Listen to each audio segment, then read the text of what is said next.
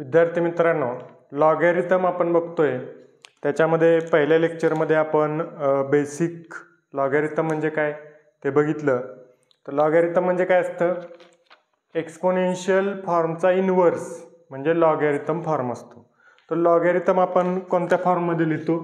Suppose आपलं जर function असं असेल a⁴x = y, तर आपण कसं लिहितो logarithm? log y to the base a is equal to x. असं आपण एक्सपोनेन्शियल फॉर्मचं लॉगॅरिथम फॉर्ममध्ये कन्व्हर्जन करतो. आता आपल्याला लॉगॅरिथमचे काही बेसिक लॉज किंवा बेसिक रूल्स आपल्याला बघायचे आहेत. त्यामध्ये पहिल्यांदा आपण टाईप्स बघूया. लॉगॅरिथम दोन टाईपचे असतात. Types of logarithm.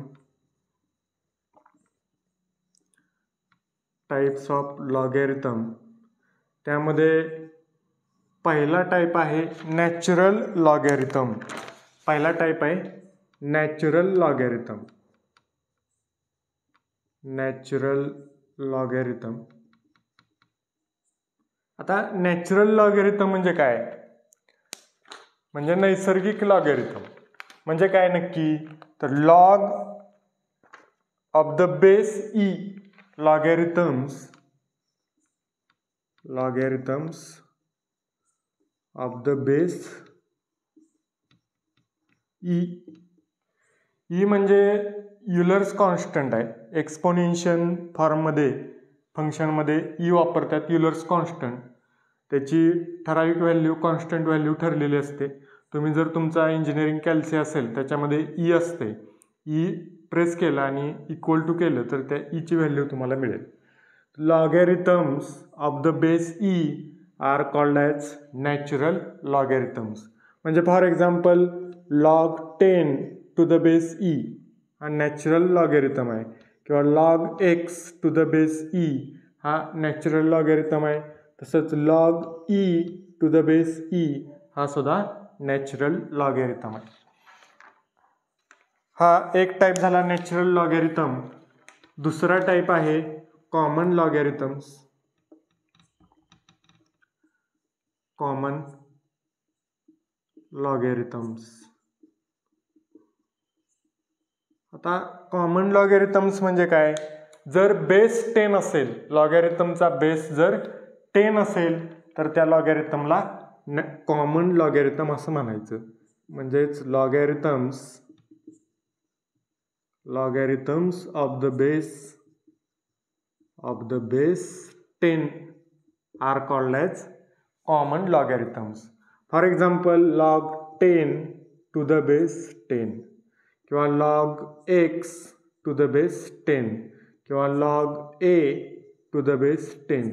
हे सगळे काय झाले? लॉगॅरिथमचा जर बेस 10 असेल तर त्या सगळ्या लॉगॅरिथमला आपण काय म्हणणार? कॉमन लॉगॅरिथम्स. आता लॉगॅरिथमच्या रिलेटेड काही लॉज आहेत किंवा बेसिक प्रिन्सिपल्स आहेत, ती आता आपण बघणार. तर पहिलं प्रिन्सिपल आहे लॉगॅरिथमचं product rule. Product rule.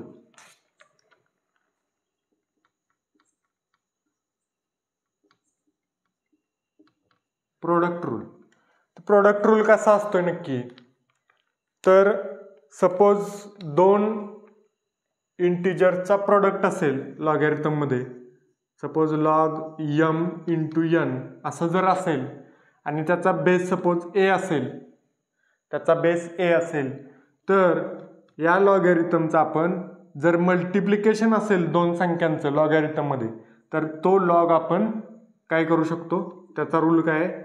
log m separate करायचं असेल तर log m to the base a plus log n to the base a. किंवा दोन असे जर लॉग असतील तर त्याचं आपण मल्टिप्लिकेशन करू शकतो आणि बेस दोघांचा काय पाहिजे? सेम पाहिजे. ही कंडिशन आहे. सो याला प्रोडक्ट रूल असं म्हणायचं. दोन संख्यांचं प्रोडक्ट असेल लॉगमध्ये तर आपण सेपरेट करू शकतो प्लसनं. तसाच दुसरा रूल आहे क्वेशंट रूल. क्वेशंट रूल म्हणजे भागाकाराचा रूल. तर भागाकाराचा रूल काय आहे बघा.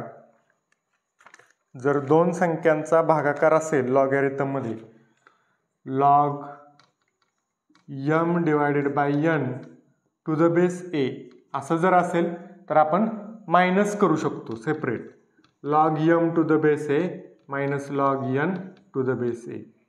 किंवा जर असे मायनस लॉग आले असतील तर आपण त्याचं असं क्वेशंटमध्ये कन्व्हर्जन करू शकतो. त्यानंतर तिसरा रूल आहे, हे 2 बेसिक रूल झाले. तिसरा रूल आहे power rule. Power rule power rule बघा कसा आहे. Log m to the base a log m raise to n to the base a. m चा रेस टू n आहे आणि त्याचा बेस आहे a. असं जर असेल तर आपण काय लिहू शकतो, त्याचं कन्व्हर्जन हा n आहे, m रेस टू n आहे, तो n आपण इथं लॉगच्या इथं आणू शकतो पुढं. म्हणजे n log m to the base a असं त्याचं कन्व्हर्जन होणार. किंवा अशी जर कंडिशन असेल तर आपण त्याचं कन्व्हर्जन असं करू शकतो. हे 3 रूल झाले. त्यानंतर चौथा रूल आहे change of base rule. Change of base rule.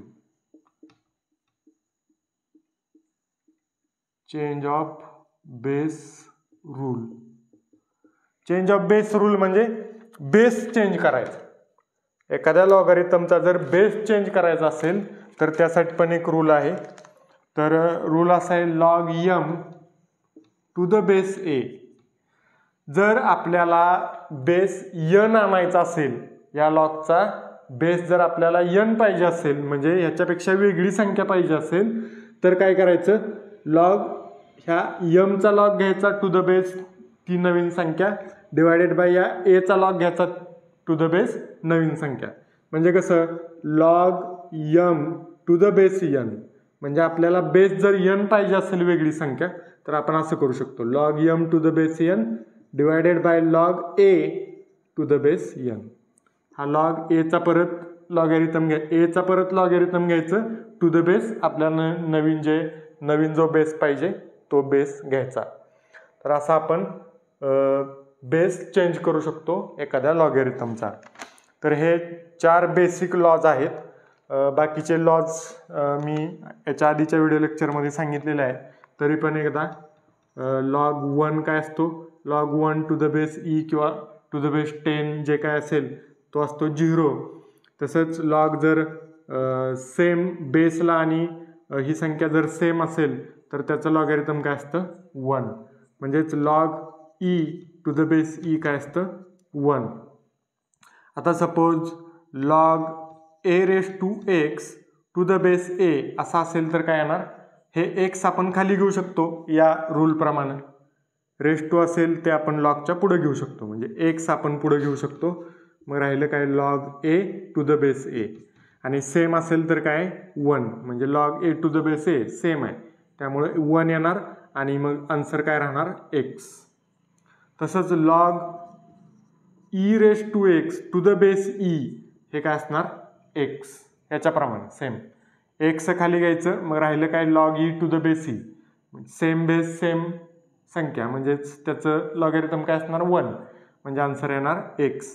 तसंच जर असं असेल e raise to log x to the base e.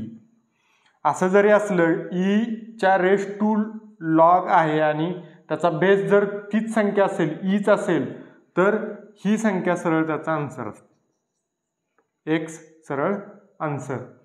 तर असे लॉगॅरिथमचे काही रूल्स आहेत किंवा फॉर्म्युले आहेत, हे यूज करून तुम्ही लॉगॅरिथमचे प्रॉब्लेम्स सोडवू शकता.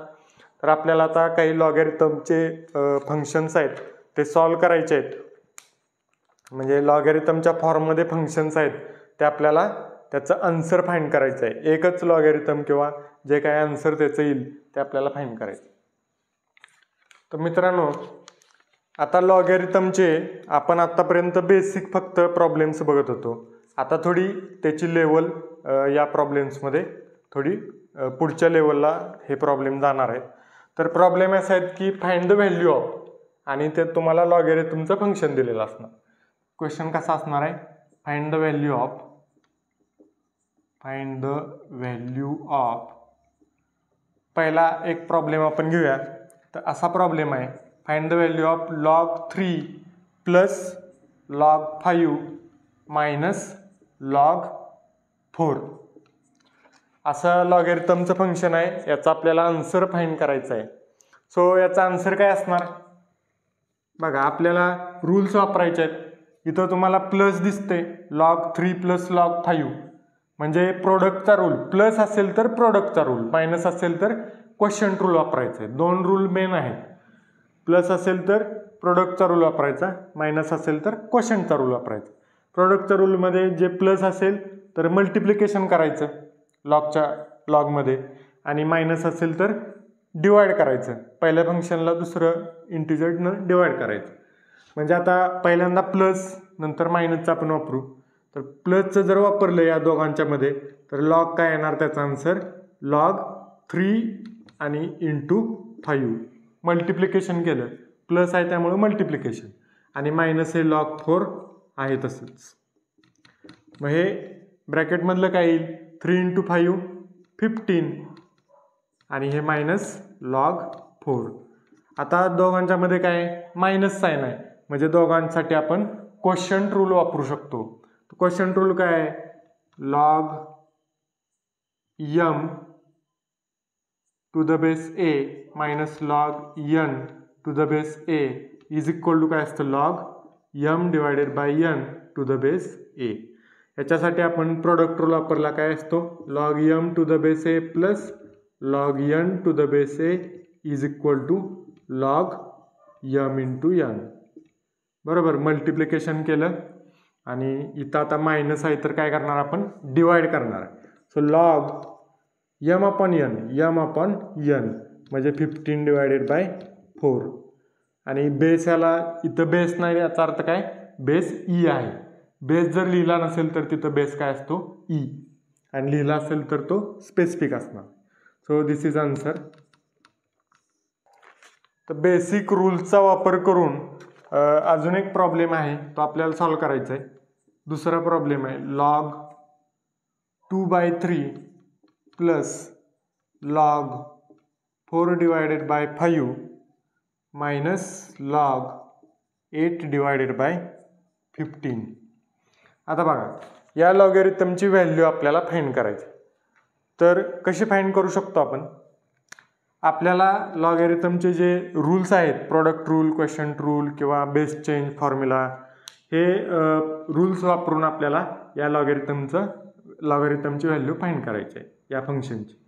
तर आता पहिल्यांदा प्लस आहे तर यांच्यामध्ये मी प्रोडक्ट रूल यूज करतो. सो लॉग काय येणार, प्रोडक्ट रूल काय, log m plus log n is equal to काय असतं, log m इंटू n.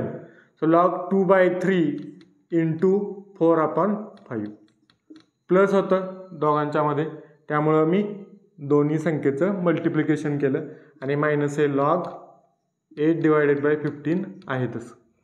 आता हे ब्रॅकेटमध्ये काय येईल, log 2 इंटू 4 8 येणार, आणि 3 into 5 15 minus log 8 divided by 15.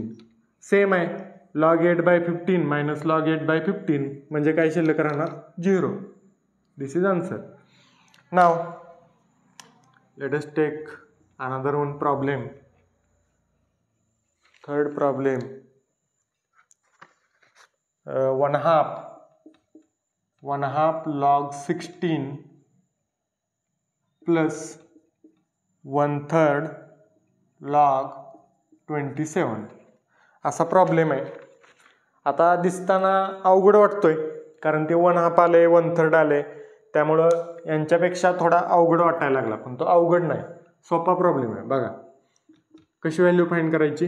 आता इथं तुम्हाला दिसतंय लॉगच्या आधी संख्या आहे, याचा अर्थ काय, आपल्याला रूल वापरायचे आहे log m raise to n काय असतो, n पुढे घेऊ शकतो आपण, आणि log m. मग हेच उलट करायचे आपल्याला. सध्या या फॉर्ममध्ये आहेत आपले हे दोन लॉग, ते आपल्याला या फॉर्ममध्ये करायचे आहेत. मग n काय इथं 1/2, log m काय 16, म्हणजे 1/2 आपण 16ला रेस टू करू शकतो या रूलप्रमाणे. सो तो करूया, log 16 रेस टू 1/2 प्लस इथं पण रेस टूला घेऊ शकतो log 27 रेस टू 1/3 बरोबर, इज इक्वल टू log आता हे सरळ तुम्ही 16⁻⁴ कॅल्सीमध्ये टाकू शकता, पण तरी पण समजत नसेल किंवा कॅल्सी नसेल तर आपण डायरेक्ट पण कसं काढू शकतो, तर 16⁻⁴ म्हणजे काय, रूट. तर 16चं रूट काय असते, 16 कशाचा वर्ग आहे, 4चा वर्ग आहे, बरोबर. 4 × 16 4चा वर्ग आहे, म्हणजे 16चं रूट काय असणार आहे, 4 प्लस 27चं क्यूब रूट पाहिजे आपल्याला. सो 27 कोणाचा क्यूब आहे, 3चा क्यूब आहे, बरोबर. म्हणजे याचा आन्सर काय येणार, लॉग 27चा क्यूब रूट काय असतं, 3. सो 3. आता दोघांच्या मध्ये प्लस साईन आहे, प्लस साईन आहे म्हणजे कोणता रूल वापरू शकतो आपण, product rule. Log m × log n, त्याचा आपण काय करू शकतो, log m × n. So log 4 × 3 म्हणजे आन्सर काय आलं, लॉग 12. हे या फंक्शनचा आन्सर आहे. अजून प्रॉब्लेम बघू 1-2. मित्रांनो बघा, अजून एक प्रॉब्लेम आहे, चौथा. 3 log 2 to the base 10 minus 1/2 log 36 to the base 10 plus 1. So अशा टाईपचं एक्झाम्पल आहे बघा, सिम्पल आहे. आता इथं भरपूर रूल वापरायचे आहेत आपल्याला. पहिल्यांदा म्हणजे आत्ताचा n log m असा असेल तर काय लिहू शकतो आपण, log m⁻n. सो तो रूल इथं वापरू शकतो दोन्ही ठिकाणी. आणि आता बेस काय आहे, 10 आहे दोन्हीचा. ओके, मग 3 आपण हे 2च्या रेसला घेऊ शकतो आपण. So log 2³ to the base 10 minus log 36⁻⁴ to the base 10 plus, आता 1 म्हणजे काय असते, आता आपल्याला माहित आहे log m to the base m is equal to काय असतं, 1. म्हणजे बेस आणि ती संख्या सेमच असेल तर त्याची व्हॅल्यू काय असते, 1. मग या 1च्या जागेवर आपण इथं 10 बेस असलेले लॉग आहेत, म्हणजे आपण त्याच्यानुसार आपण असं घेऊ शकतो का, 1च्या जागेवर log 10 to the base 10 घेऊ शकतो. याची व्हॅल्यू काय आहे, 1. कारण सगळीकडे 10चे लॉग आहेत, आपल्याला ते सॉल्व करायचं आहे. त्यामुळं लॉगमध्ये जर प्लस मायनस करायचं असेल तर ही जी टर्म आहे ती लॉगच्याच फॉर्ममध्ये पाहिजे. टर्म म्हणजे काय, प्लस आणि मायनसनं ज्या सेपरेट झालेल्या आहेत त्या टर्म्स. तर सगळ्या टर्म्स जर आपल्या एकाच फॉर्ममधल्या असतील तरच आपण त्या प्लस मायनस करू शकतो. म्हणून मी काय केलं, 1च्या जागेवर लॉगच्या फॉर्ममध्ये घेतलं. बेस 10 आहे, मग बेस 10 असेल तर इथली संख्या 10 ठेवली तरच त्या लॉगची व्हॅल्यू काय येणार, 1. म्हणून हे घेतले. Now is equal to log 2³ 2चा क्यूब किती, 2 × 2 4 4 × 2 8 8 to the base 10 minus log 36⁻⁴ म्हणजे 36चं रूट. 36 कोणाचा वर्ग आहे, 6चा वर्ग आहे. So 6 to the base 10 plus log 10 to the base 10.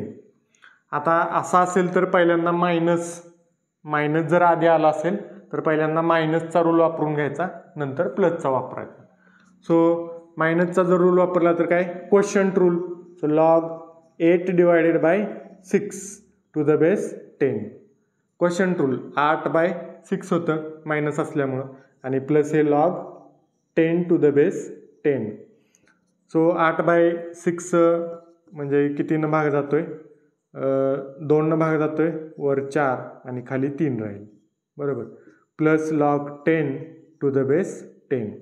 2नं खालीवर भाग जातोय, सो 2नं याला भाग लावला तर 2×4 8 4 राहते, आणि वरच्याला खालच्याला भाग लावला तर 2×6 3 राहते. ठीक आहे. आता दोघांच्यामध्ये प्लस साईन आहे, सो आपण मल्टिप्लाय करू शकतो. So log 4/3 × 10 to the base 10. So answer काय येणार, लॉग 4 × 10 40 / 3 to the base 10. हे लॉगॅरिथमचं आन्सर आहे. ठीक आहे. तर हा थोडा डिफिकल्ट प्रॉब्लेम आधीच्यापेक्षा, पण तरी सोपा आहे एकदम. काय प्रोसिजरनं जर आपण गेलं स्टेप वाईज तर कुठेही चूक होत नाही. अजून एक आपण प्रॉब्लेम बघू. मित्रांनो लास्ट प्रॉब्लेम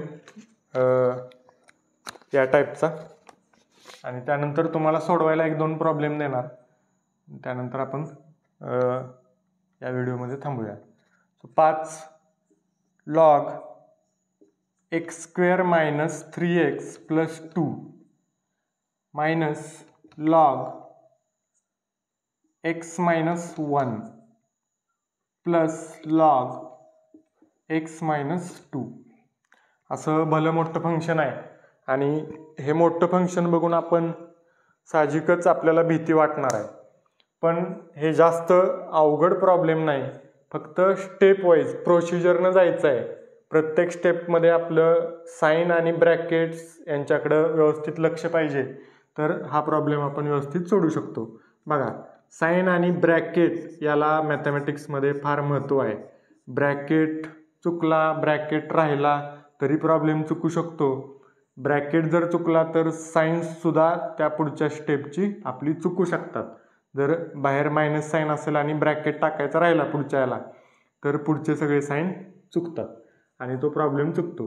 बघा, लॉग हे मायनसचं कशाचं पहिल्यांदा करूया आपण, मायनसचं पहिल्यांदा करूया. पण याच्यामध्ये आधी हे जे फंक्शन आहे, इक्वेशन आहे, त्याचे आपण आधी असे अवयव पाडून घेऊया, तर आपण पुढे तो प्रॉब्लेम सोडू शकतो. आता ह्याचे अवयव काय येतील बाजूला तुम्ही करू शकता. सो x² - 3x + 2 ह्याचे अवयव पाहिजेत आपल्याला, तर मल्टिप्लिकेशन 2 आले पाहिजे +2 आणि त्याची ॲडिशन -3 आली पाहिजे. मग अशी संख्या कोणती, तर -2 × -1. सो -2 × -1 काय येणार, +2 आणि -2 - 1 -3. सो त्याचे जे रूट्स आहेत ते काय आले, -2 - 1. सो आपण ह्या लॉग या ब्रॅकेटच्या जागेवर काय लिहू शकतो, x - 2 आणि x - 1. So -log x - 1 + log x - 2. So पहिल्यांदा याचं क्वेश्चन रूल प्रमाणे वापरून घ्या. log x - 2 × x - 1 आणि मायनस आहे त्यामुळं डिवाइड होणार x - 1 आणि प्लस हे log x - 2 आहे तसंच. सो इज इक्वल टू, आता x - x ला x - 1 एक ब्रॅकेट जाईल, मग राहिलं काय log x - 2 आणि प्लस log x - 2. आता दोन्ही सेम आहे त्यामुळे 2 टाइम्स log x - 2, बरोबर. log x - 2 + log x - 2, 2 times log x - 2. आता इथं आपण रूल वापरू शकतो. जर असा असेल n log m, तर आपण काय लिहू शकतो, log m⁻n. हे आपण ⁻² घेऊ शकतो. मग हे 2 आपण ⁻² घेऊ शकतो. सो log x - 2 चा स्क्वेअर. सो हे आलं आन्सर या फंक्शनचं. तर अशा टाईपचे प्रॉब्लेम तुम्ही प्रॅक्टिससाठी पण तुमच्या मनानं सुद्धा प्रॉब्लेम घेऊ शकता आणि सोडवू शकता. तरी पण 1-2 प्रॉब्लेम तुम्हाला प्रॅक्टिससाठी या टाईपचे मी पण देतो. सो एक्झाम्पल हे तुम्ही स्वतः सॉल्व करायचे आहेत, आणि काही याच्यामध्ये काही अडचण असेल तर तुम्ही कमेंट बॉक्समध्ये कमेंट पण करू शकता. हे प्रॉब्लेम सोडवले नाही सुटले ते तुम्ही कमेंट बॉक्समध्ये कमेंट करून सांगू शकता. log 5⁻7 + 3 log 3⁻7 - 9 log 9⁻7. सो अशा टाईपचे 2 प्रॉब्लेम आहेत. हे तुम्ही प्रॅक्टिससाठी स्वतः सोडवून बघा, आणि काही अडचण असेल तर कमेंट बॉक्समध्ये जरूर विचारा. सो पुढच्या व्हिडिओ लेक्चरमध्ये आपण भेटूयात लॉगॅरिथमचा पुढचा टॉपिक घेऊन. तोपर्यंत थँक्यू.